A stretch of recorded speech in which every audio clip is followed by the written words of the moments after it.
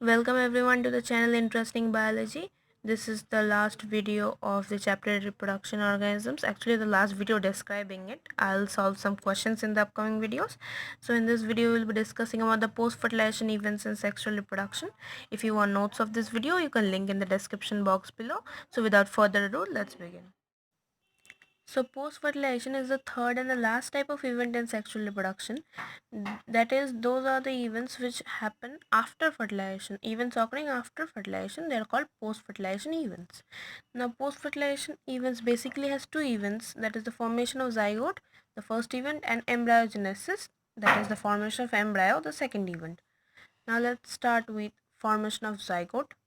So formation of zygote, it is the beginning of new life because the life of a new organism starts to begin.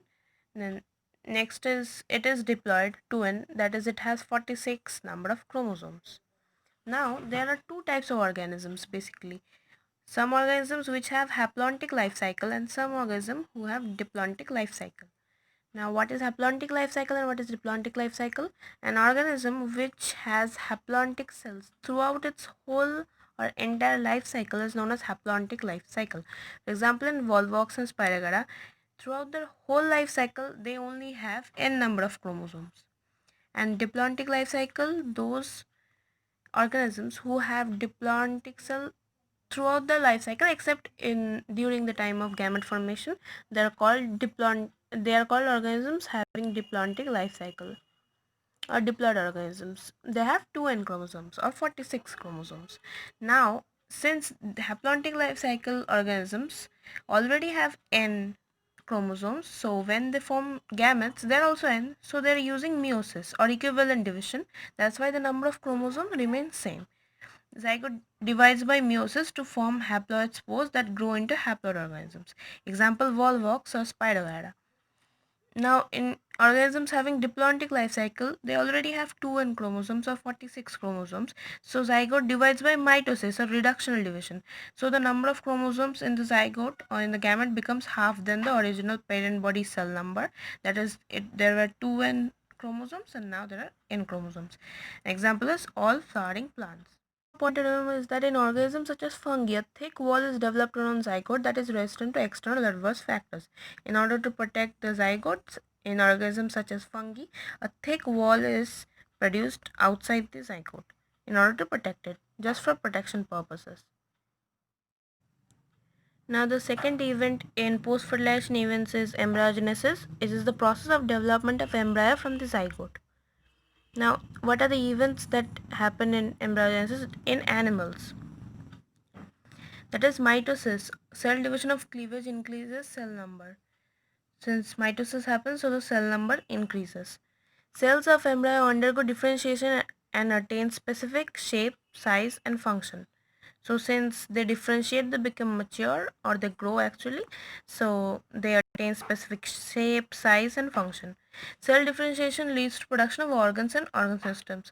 Of course, this is a must. Like when cell differentiate, they form more complex organs or organ systems. Now, the development of embryo in animals. There are two types of animals in this case. That is oviparous animals and viviparous animals. Now, what are oviparous animals? That they are not a type of organism but a characteristic makes them different. The two types of animals, that is embryo develops outside female body and embryo develops inside female body. So it happens outside and it happens inside. Fertilized eggs are covered by hard calcareous cells. This is the most important point, that they form eggs actually with calcareous cells. Now there's a trick how to remember it. Like when I was small I used to forget like how to remember which is oviparous viviparous all the time. So my teacher stated that in order to remember that oviparous, since it is O, it's like a circle, so these are the animals who actually lay eggs. So in this way you can remember, since egg also looks like O and oviparous also starts with O, so these are the animals who lay eggs. And viviparous animals, eggs do not have any such coverings. Actually, viviparous animals, they do not form eggs. Whatever eggs they form, the ovum that is inside the body, so they just give birth to the offsprings. For example, reptiles and birds in oviparous animals, and example is majority of mammals including humans. We are viviparous because we give birth to offsprings rather than laying eggs. Now here are some post-fertilization events in flowering plants. Specifically for plants, there are some post-fertilization events. Those were the events that were discussed before that occurred in animals, and these occur in flowering plants. What are they? Sepals, petals and stamens wither and shed off. Pistil remains attached to the plants and zygote develops to embryo. Now, for understanding the post-fertilization events, we have to know the structure of a flower, which I'll be discussing in the next chapter. They have everything about a flower, so I'll discuss these points again. But for now, you just remember the terms and what actually happens. And again, in the next chapter, I'll be discussing this with the proper diagrams and everything.